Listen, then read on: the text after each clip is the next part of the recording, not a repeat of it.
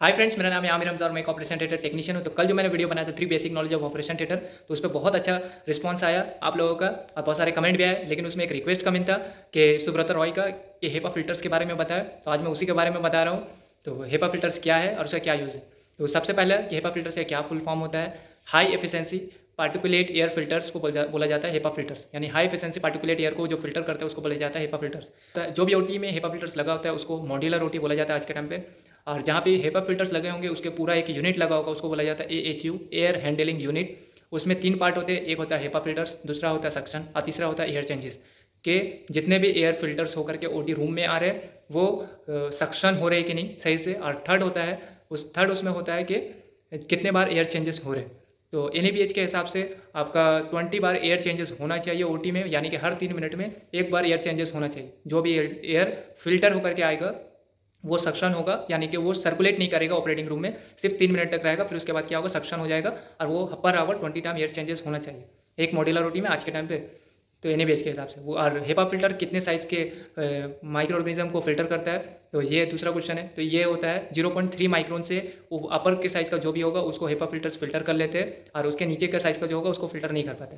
तो 0.3 माइक्रोन के ऊपर या फिर 0.3 माइक्रोन के जो भी माइक्रो ऑर्गेनिज्म होंगे उसमें बैक्टीरियल स्पोर्स हो या फिर आपका वायरसेस हो या बैक्टीरिया हो या फिर मोल्ड स्पोर हो, तो जो भी रियल डस्ट हो उसको क्या करता है, फिल्टर कर लेता है। तो ये हो गया।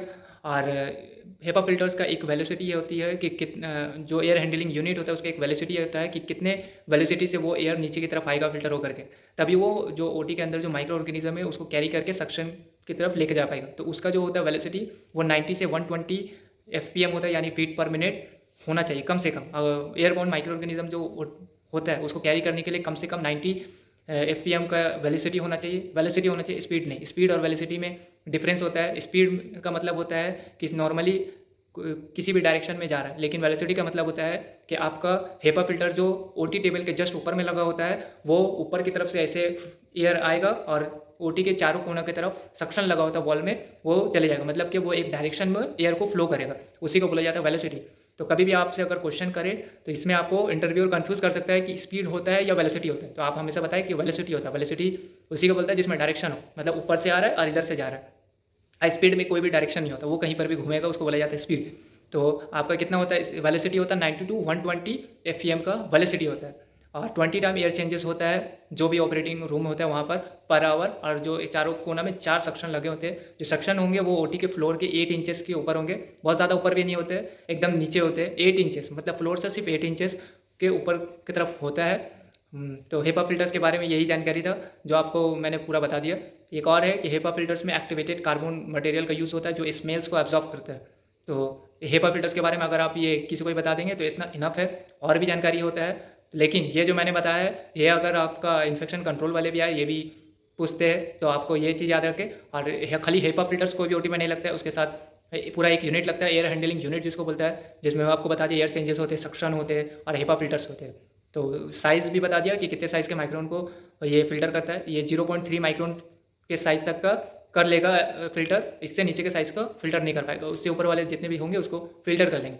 फ़िल्टर्स का एक्सपायरी भी होता है, जैसे नॉर्मल फ़िल्टर्स का एक्सपायरी होता है, जब वो ख़राब हो जाएगा तो उसको चेंज करना होता है। इसी तरह हिपा फ़िल्टर्स का भी एक्सपायरी डेट होता है, वो आपको डिपेंड करता है कंपनी टू कंपनी के ऊपर कितना साल का एक्सपायरी होता है उसमें।